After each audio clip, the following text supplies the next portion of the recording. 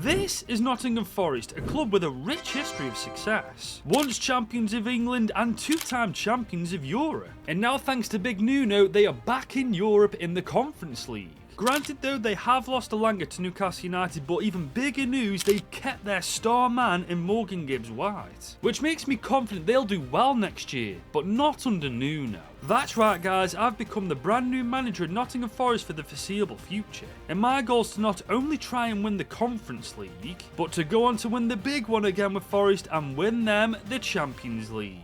And so this is the team we've inherited at the end of last season. And let's be real, Nottingham Forest are a stacked team. With players like Chris Wood, Morgan Gibbs-White, Murillo, Milenkovic, Matt Sells. Not to mention youngsters like Elliot Anderson, Marato, Neko Williams, Hudson Odoi. Seriously, I don't think people understand just how crap Nottingham Forest actually are. I mean, obviously there is some controversy surrounding Morgan Gibbs-White. As far as I'm aware, Spurs activated his release clause, but Forest's owner just basically turned around and told him to do one, and he's actually had a contract extension. So it's just a case now of how long he's actually going to stay there, because I don't personally feel like he's going to be there for longer than a couple of years now. As for last year though, the stats aren't anything incredible, but Chris Wood had a great season, 23 goal contributions in 40 games. I know he's 33, but there's no chance in hell that next year I'm going to sell this guy. We've got to give him another shot up top. There is also one other thing I do need to address with this Forest side, and that's the fact that they have signed two players already from the Brazilian League, but unfortunately because the Brazilian League isn't an FC 26, they just aren't going to show up in games, so going forward we're going to have to go on without them. It's also worth noting too that Ramon Sosa and Danilo have both been sold as well, but just like the players that Forest have brought in, they've gone to the Brazilian League, so they won't be a part of this as well. But I'm not really too worried guys, we've already got a very solid baseline to work from straight away.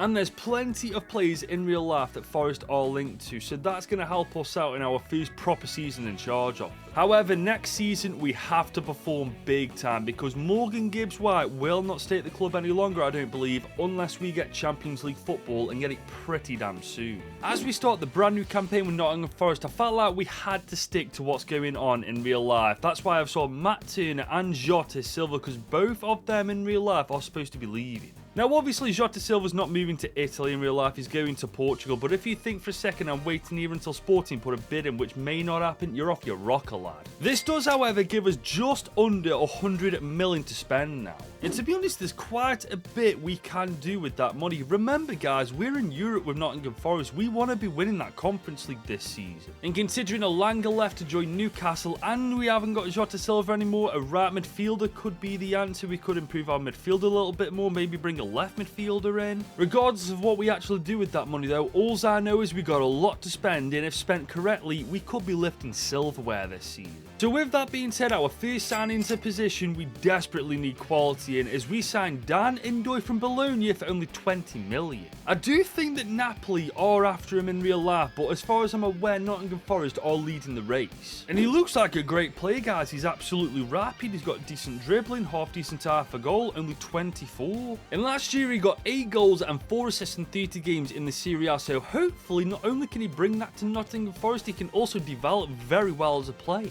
As for our second signing, 23.4 million was spent on Stade Rennais striker Arnaud Kalimwendo. I know we already have Chris Wood up top, but just hear me out on this one. Kalimwendo is pretty quick, he's got a great eye for goal, he's got decent dribbling, and he's only 5'9". So if we can find a way to make him an advanced forward and have Chris Wood as a target man up top in a formation that works, I think we're on to a win. And last but certainly not least, right back Nahuel Molina joins us from Atletico Madrid for 26 million.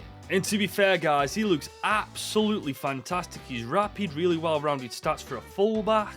And I know bringing Molina in is incredibly harsh on Aina given the season that he's just had, but I got this rumour from a place called Transfer Feed, so if you've got an issue with it, take it up with them, not me. And now that our transfer window's done, business is concluded for Season 2, it's just a question now of how we're going to fit all of our new signings into the system. Well guys, this is how we're going to do it. We're going to run a 4-1-2-1-2 wide formation. We're going to use the counter-attack and build-up style with a 40 high line. And when we are on the break on the ball guys, this is exactly how we're going to be set it up. The only notable thing that I've really done, I've made Anderson a deep lying playmaker, our two wingers are inside forward, we've got Morgan Gibbs-White as a playmaker, and Chris Wood is our target forward, whilst our other striker, Calvin Wendo, is going to be advanced. And on paper, guys, I've got to say, I'm really happy with it. Obviously, things are subject to change next year depending on what goes on, but for now, I think this is by a mile our strongest team. And it's definitely a team that is capable of lifting 1, maybe 2 trophies this year, but only if certain individuals carry a fair load of this weight. And yes, I'm talking about players like Murillo, I'm talking about players like Morgan Gibbs-White.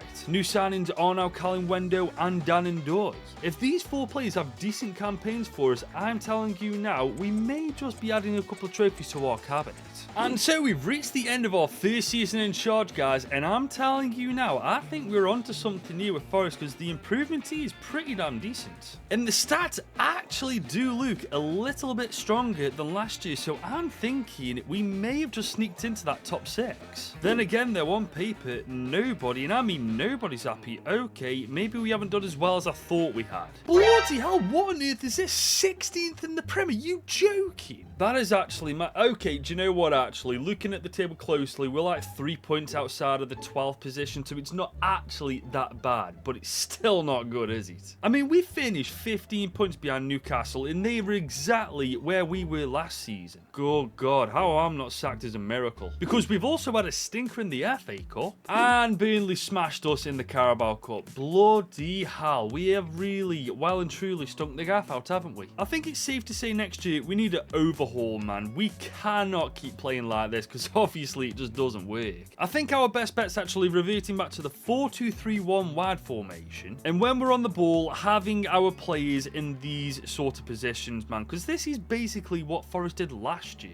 The thing is though, guys, because we finished so low in the table, there's a good chance we ain't going to be able to keep all these players. I mean, if a top team comes in for them with what we're doing right now, they're going to be going bye-bye. And yes, this definitely does include Morgan Gibbs-White. He stayed with us this year because the owner basically forced him to by the looks of it, but next year, I don't think we're going to have a choice.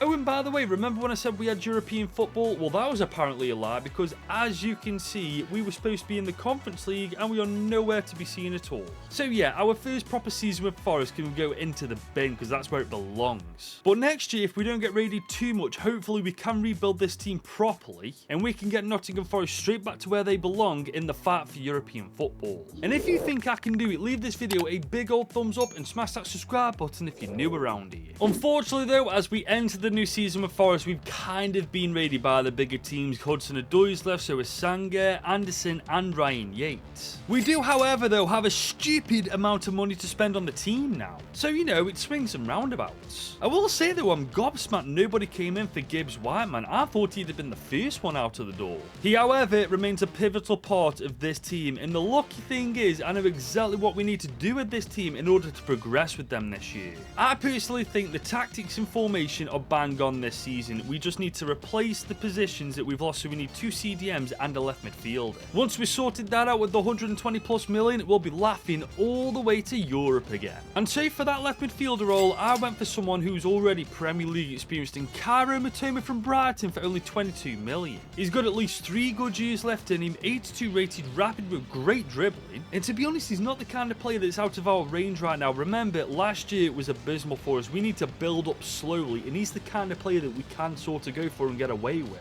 As is Joyce Chotard from Montpellier, so a further 22 million was spent on him. And I like this guy, he's only 24 years old, he's got a decent weak foot on him, really good stats for a defensive midfielder. The thing is though, for our next signing, I kind of want to step it up a bit, because we still have 75 million to spend.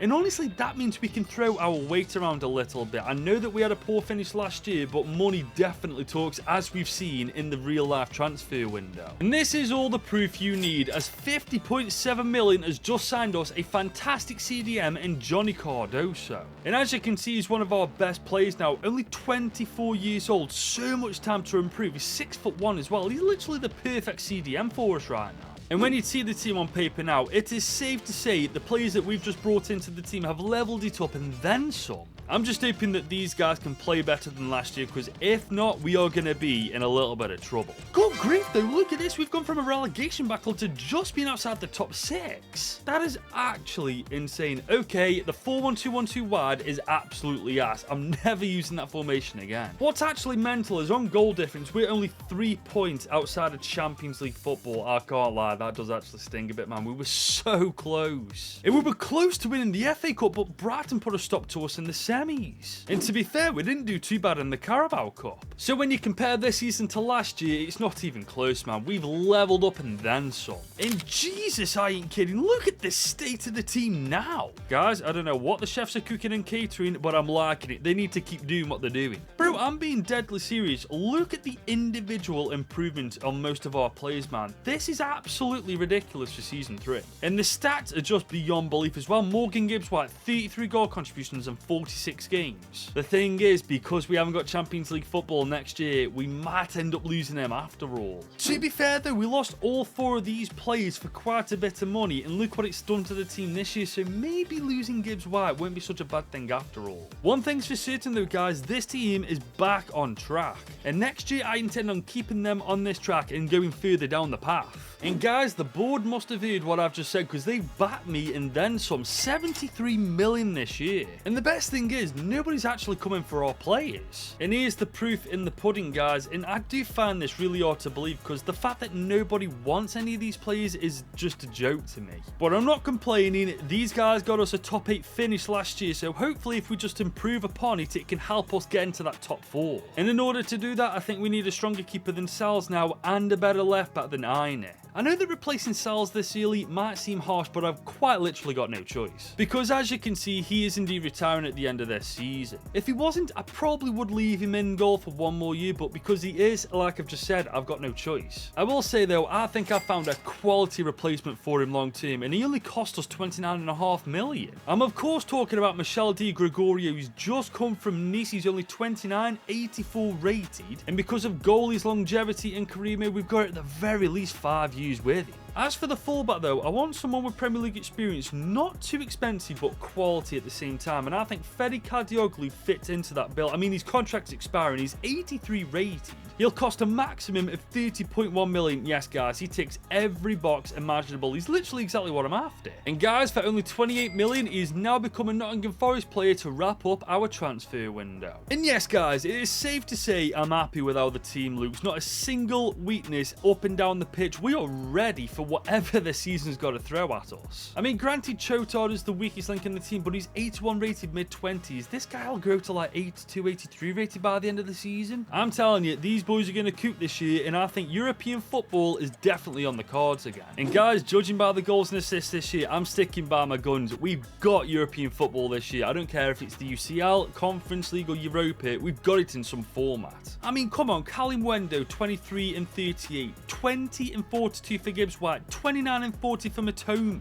What a signing he's turned into, by the way. And on paper, it just gets even better. I swear, it would be a crime against humanity if a team this good isn't in Europe next season. I called it down the middle, 3rd in the Premier League. Champions League football's on its way to Forest again. And we were only 12 points off actually winning the Premier League. That's another goal I want to achieve with Forest, by the way, becoming the best team in England again. We, however, aren't going to be winning the FA Cup anytime soon, as bloody Oxford United knocked us out. And then Brighton knocked us out to the Carabao Cup. They knocked us out to the FA semis last year. Carabao Cup round 3 this time. They need to sod off. The thing is though, I'm going to put this out there right now. I think we leave the starting team alone next year and focus a little bit more on our depth. I always absent-mindedly do this. I always focus too much on the starting team as opposed to our squad depth, but next year going into the UCL, I think that's going to be a big priority. And the thing is, usually I would cheap out on these kind of players because they're just squad depth players, but we're going to have a full budget to work with an objective of winning the Champions League. Yeah, I'm going to go a bit OTT, because if improving our depth is going to help this team win the UCL, UCL next year, you better believe that's exactly what I'm going to do. And guys, going into the new season, we have a staggering amount of money to spend, over 150 million. And I'm not being funny, we could legitimately go on to win the Champions League in our first attempt with this. We just need to make sure we've got half decent depth and we're halfway there. So there's no time like the present. Let's go into that transfer market and see who we can bring in as squad players. And so for that second choice keeper role, Julian Agarizabala joins us from Burnley for only 22.5 million. Centre back Thomas Bielan joins us from FC Nantes for only 21 million.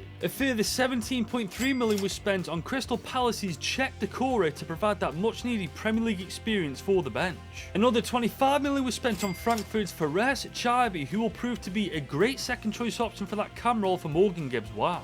And finally for our winger role, 15 million was spent on Fiorentina youngster Wassim Buziani. And that, ladies and gentlemen, will definitely do. I mean, we've just brought 5 brand new players into the team. I think if we go any more than that, it'll be a bit overkill, won't it? And to be fair, guys, I think we're at the sweet spot. Those 5 players have definitely improved our bench. It's just a question now of whether this starting team can get the job done in the Champions League or whether it's going to be too much for them to handle in their first attempt. Never mind the Champions League, though, we are slowly but surely closing that gap on the Premier League title. I will say, though, fair play Palace second in the league. That's insane. We, however, still haven't won the FA Cup, but we've won the Carabao Cup. Oh, we beat the bottle jobs to do it as well. Oh, no, I can't call them that anymore. Oh, do you know what? Screw it. I'm calling them the bottle jobs for this moment in time. Because technically they did bottle the Carabao Cup against us. Like, we've bottled automatic round of 16 football. We go to the playoffs first. And that's where we've destroyed Celtic 6-3 on aggregate. But we just fall short to Barca in the round of 16. Frankfurt and Athletic Bilbao were right there. But no, we had to get Barca first, didn't we? The thing is, though, guys, I don't know whether I'm being biased or not, but I feel like we definitely should have at least got past Barcelona. I mean, we've got a good team here.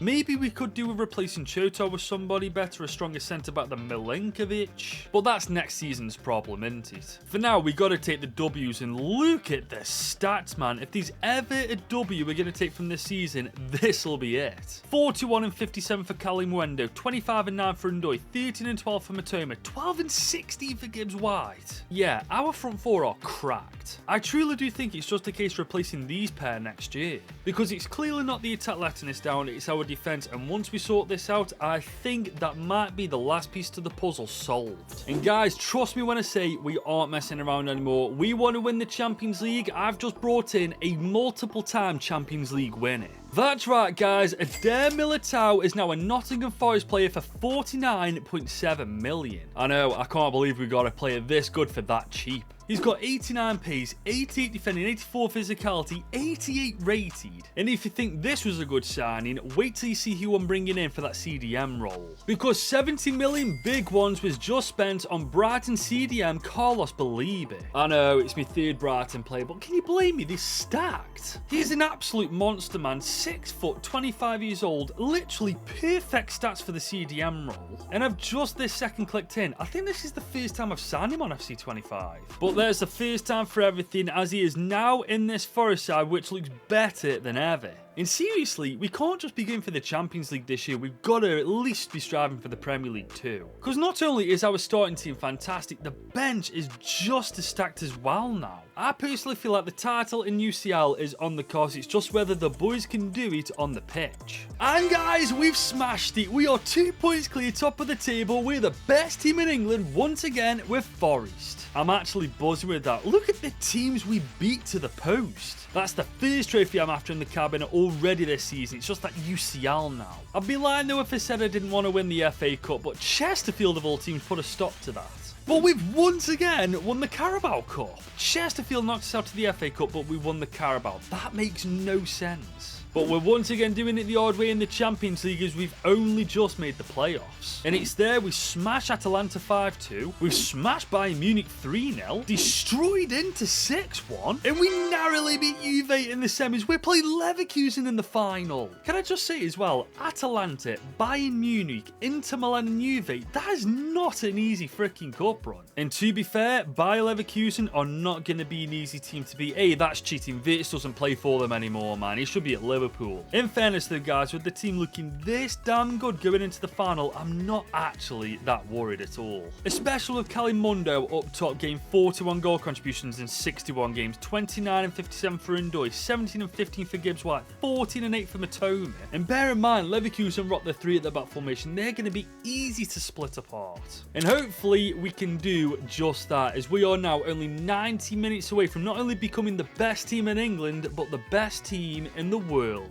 Leverkusen trying to push forward. Okay, we got a shot. Oh, that's a good save. Get there on the rebound, Gregorio. Good lad. You know, I've just realised Gibbs White never actually left. It is an absolute miracle we've been able to keep him until the final, man. And hopefully we can get him a Champions League trophy by the end of this game. Good defending. Here comes Ndoye though. Season 1's transfer. One of the best players this entire video thus far. We can call it back. Oh, come on, Kalimundo. Or Mwendo, however you pronounce his name. Gibbs White on the ball. I see that run. Okay. Oh, that's a gorgeous first touch. Surely this is 1-0. Oh, look at that. Kalimundo. No wonder he scores goals for fun, man. He's so good. I knew he did that dodgy touch earlier on, but that doesn't matter, does it? Because his first touch here was nothing short of fantastic. Took it completely around the defender, and on his left foot, which I'm assuming is 5-star now, slots it straight past the keeper. And that was actually a Morgan Gibbs White assist, so there's that as well. We still got a very long way to go. What am I doing? I cannot believe I've just done that. I am an absolute idiot. That is just shameful for me.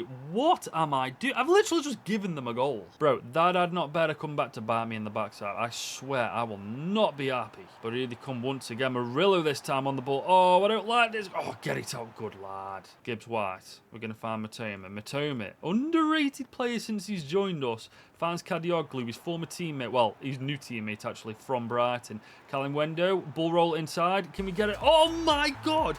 That actually went in. Are you joking? I thought for sure that was going to hit the defender, but apparently the defender was not in a good defensive position, and Kalimundo took full advantage. Okay, we get a POV of this. What actually happened here? Did he go? Oh, fair play. Didn't actually touch him at all. Man, Kalimundo with a brace in the first half of the Champions League final. I mean, you can't ask for much more from your striker than that, can you? But we do need more from our defenders to make sure that we don't concede. Oh, I don't like this. Please, no, not this. Oh, thank God for that. I was going to say, if I conceded that early from the kickoff, like, it's not even a case of the defenders not doing the job. I'm just ass. I will say, though, Leverkusen moved this ball around so quickly. It's like they're playing fast forward. 45 minutes to down, though. Another 45 to go. And we are not only the best team in England, but the world. Come on, boys. Gibbs White. Okay, you can see Kalimundo. Not really the through ball I was after, but okay, we can make this with this. He's beautiful. Kaoru Matoma on his left. Oh, that's great defending. Crash for a second there, turned into the Tiger from the Frosties. Here we go though, Kaoru Matoma. Morgan Gibbs White on the ball now. He's going to find Matoma once again. I'm smelling a hat-trick. Oh, that's not where I wanted it to go. Adeyemi on the ball though. Oh, you little traitor, moving to Leverkusen. He's gone back post with the cross, and it's to no avail. Matoma on the ball. Okay, we can... Oh, that's beautiful footwork from Matoma. Oh my...